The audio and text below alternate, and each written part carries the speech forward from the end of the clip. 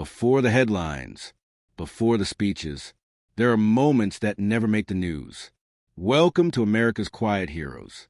This is where we tell the stories of Americans who carried the weight of history in silence and did what had to be done when no one was watching.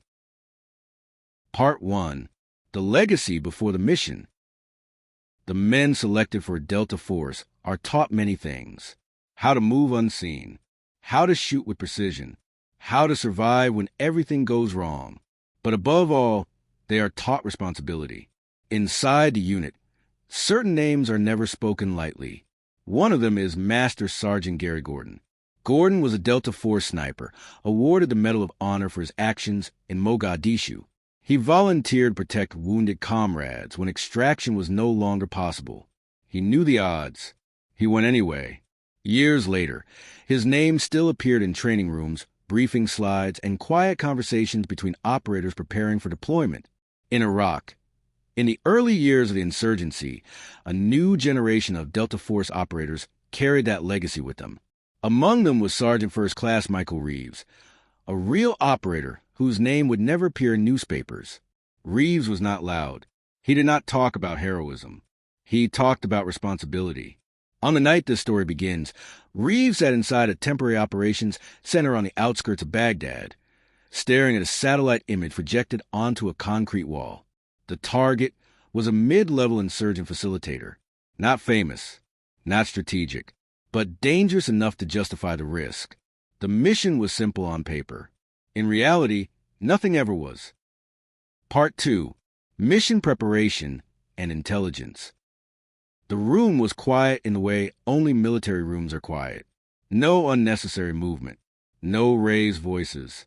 Only the low hum of generators and the occasional click of a keyboard. Sergeant First Class Michael Reeves stood near the edge of the briefing area, arms crossed, eyes fixed on the imagery in front of him.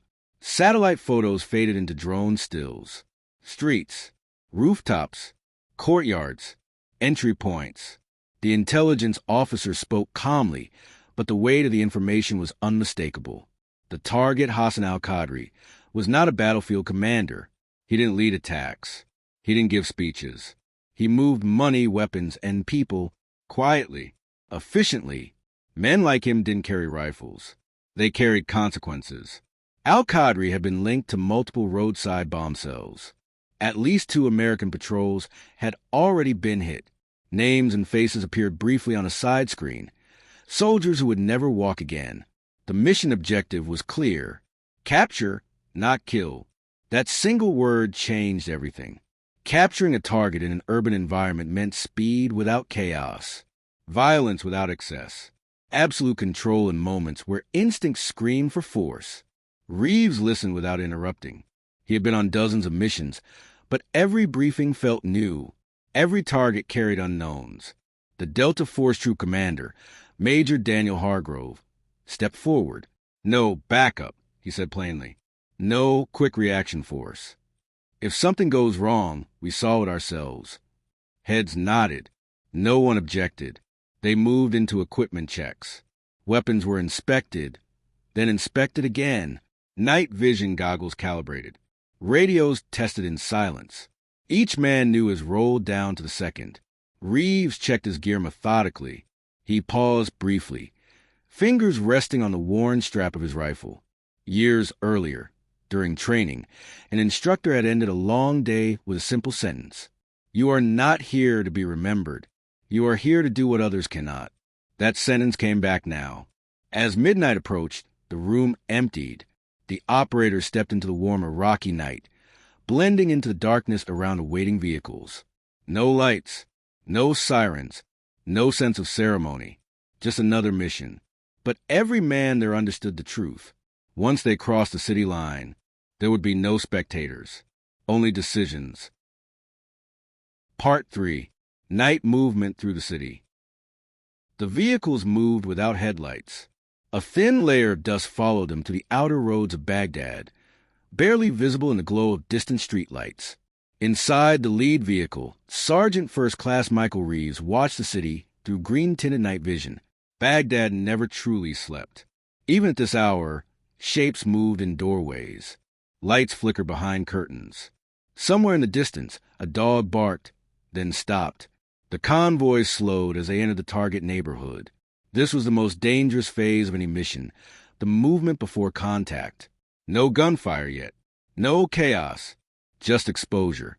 Every street narrowed. Every corner became a question. Reeves adjusted his headset slightly, listening to the low, control voices on the radio. Crossing checkpoint Alpha. Street clear. Hold. The Iraqi police checkpoint appeared ahead. Unmanned tonight, abandoned sometime after sunset. A burned-out vehicle sat nearby, its twisted metal a reminder how fragile control really was. Major Daniel Hargrove gave the order. Dismount. The vehicle stopped. Doors opened silently. Boots touched the ground almost in unison. From here on, everything would be on foot. The team split into elements, moving through alleys and narrow streets. Shadows swallowed them as they passed walls stained by years of dust and smoke. Reeves moved near the center of the formation. His breathing was slow, deliberate, every step placed with intention. He noticed the details most people missed. A door slightly ajar, a light that turned off too quickly, a window that reflected movement instead of darkness. This was not paranoia. This was survival. They reached a final holding point 2 blocks from the target house, a small courtyard surrounded by low walls. The team paused. No one spoke. This was the moment where the mission either stayed clean or spiraled. Reeves glanced at his watch. Right on time. Through his earpiece came the quiet voice of the Overwatch operator. Target location unchanged. No visible movement. That was good news. But in Iraq, good news never lasted long. The team resumed movement. As they closed the distance, a sudden sound cut through the silence. Metal scraping against concrete. Everyone froze. Reeves dropped to a knee, rifle raised, heart rate steady but elevated. A shadow moved behind a fence to their left. Seconds stretched. Then a stray cat darted across the alley and disappeared into the dark. No one relaxed. They continued. The target building came into view. A 2-story structure with a gated entrance and a narrow rooftop. Ordinary. Forgettable. Exactly the kind of place insurgent facilitators preferred. Major Hargrove's voice came over the radio, barely above a whisper. Positions. Each operator moved into place, as rehearsed a dozen times during preparation. Breachers at the front. Security elements covering rear and flanks. Overwatch eyes on windows and roof lines. Reeves settled into his position, controlling a narrow side approach. This was it. The city around them seemed to hold its breath.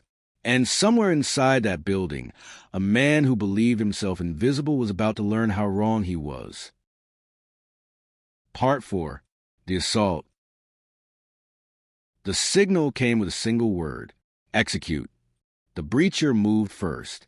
A controlled explosion shattered the gate, metal folding inward with sharp crack that echoed briefly through the street. Before the sound could travel further, the team was already moving. Reeves advanced along the side wall, rifle up, covering angles as the entry team flooded inside.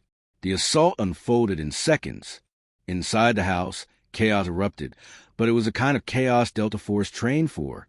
Flashbangs detonated, filling rooms with light and pressure. Shouts followed. Confusion. Fear. Clear. Left clear. Contact rear room. Reeves entered through a secondary doorway, stepping over debris and broken furniture. The interior was tighter than expected. Narrow hallways. Low ceilings. Too many blind corners. A figure emerged from a back room, hands moving fast. Reeves didn't hesitate. The rifle came up. The sight aligned. Time slowed just enough. The man froze. Hands went up. No weapon. Reeves lowered the rifle slightly but kept the sight trained. Another operator moved in, securing the man and forcing him to the ground. Unarmed, Reeves said calmly. They pushed deeper. Upstairs, a door slammed. Footsteps ran across the second floor. A woman screamed. A child cried. Everything became more complicated. Major Daniel Hargrove made the call immediately. No fragmentation upstairs. Slow it down. That decision mattered. Reeves moved toward the staircase, heart pounding now. This was the moment where restraint separated professionals from tragedy. At the top of the stairs, a man appeared, Hassan al-Qadri. He wasn't armed. He was terrified. Behind him, a small boy stood frozen in the doorway of a bedroom, eyes wide, clutching a blanket. Reeves felt the weight of the room shift. Every instinct screamed urgency. This was a target, the reason they were there. But this was also a human moment, fragile and irreversible. Down, Reeves commanded, voice firm but controlled. Al-Qadri hesitated. His eyes darted between the operators and the child behind him. Another second passed. Too long. Reeves took a step forward, lowering his weapon just enough to show intent without weakness. Down. Now. Al-Qadri collapsed to his knees. The child didn't move. An operator gently guided the boy back into the room and closed the door. No shots fired. No blood spilled. Target secured. But the mission wasn't over. As they moved to extract, radio traffic spiked. Possible movement outside. Unknown vehicle approaching. Time compressed again. The team regrouped quickly, dragging the detainee downstairs. Reeves took rear security, watching shadows stretch across the street as distant engines hummed. This was the most dangerous moment. The one no one talked about. Getting out. The vehicles arrived on time. Doors opened. The team loaded in fast. As they pulled away, Reeves looked back once. The house stood silent again. Another ordinary building in another ordinary street. No sign of what had almost happened inside. No marker to show how close the night had come to ending very differently.